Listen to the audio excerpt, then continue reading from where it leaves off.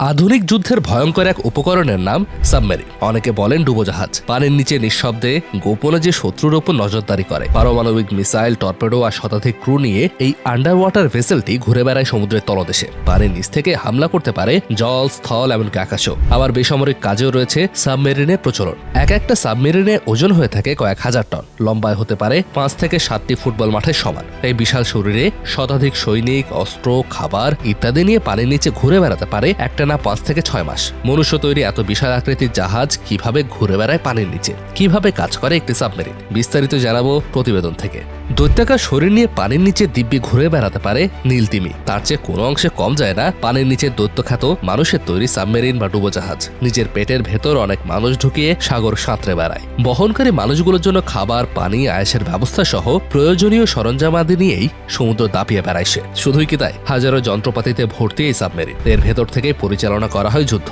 একসময় ডিজেল চালিত সাবমেরিনের জায়গায় নিয়েছে এখন পারমাণবিক শক্তি চালিত সাবমেরিন। অস্ত্র ভান্ডার সমৃদ্ধ হচ্ছে প্রতিনিয়ত। সমুদ্র সীমা পাহারা দেওয়া, বিমানবাহী রণতরী বা নৌবহরের প্রতিরক্ষার মতো কাজে ব্যবহৃত হচ্ছে সাবমেরিন। শত্রুর জাহাজ কিংবা সাবমেরিনের উপর হামলার জন্য সদা প্রস্তুত থাকে এগুলো। এমনকি সাবমেরিন থেকে ব্যালিস্টিক মিসাইলও ছোঁড়া যায়। উড়ন্ত বিমান লক্ষ্য করে ক্রুজ মিসাইল ছুটতে পারে সাবমেরিন। তবে সামরিক কাজ ছাড়াও সাবমেরিন ব্যবহৃত হচ্ছে সারা বিশ্বে। সমুদ্রের তলদেশে গবেষণা, অনুসন্ধান, সামুদ্রিক জীববৈচিত্র্য নিয়ে গবেষণা ও ভিডিও ধারণ, অ্যাডভেঞ্চার কিংবা সাম্প্রতিক সময়ের পর্যটনের কাজেও সাবমেরিনের ব্যবহার শুরু হয়েছে। সাবমেরিন কি সেটা তো জানা হলো, এবার চলুন জানি সাবমেরিন কিভাবে কাজ করে সেই বিষয়ে। সাবমেরিনে ক্রুদের জন্য অক্সিজেন একটি গুরুত্বপূর্ণ বিষয়, কারণ পানির নিচে বদ্ধ যানবাহনে বাইরে থেকে অক্সিজেন সরবরাহের কোনো উপায়ই নেই। প্রথম দিকে সিলিন্ডার ব্যবহার করে অক্সিজেন সরবরাহ করা হতো, যেই কারণে অল্প কয়েকদিন পরেই সাবমেরিনকে সারফেসে উঠে আসতে হতো। কিন্তু এখন সাগরের পানি থেকে বৈজ্ঞানিক প্রক্রিয়ায় অক্সিজেন সংগ্রহ করে সাবমেরিন। সাবমেরিনে ইলেকট্রোলাইসিস বা তড়িৎ বিশ্লেষণ প্রক্রিয়ায় সাগরের পানি থেকে অক্সিজেনকে আলাদা করে ব্যবহার উপযোগী করা হয়। তবে এই প্রক্রিয়ায় যান্ত্রিক গোলযোগ দেখা দিলে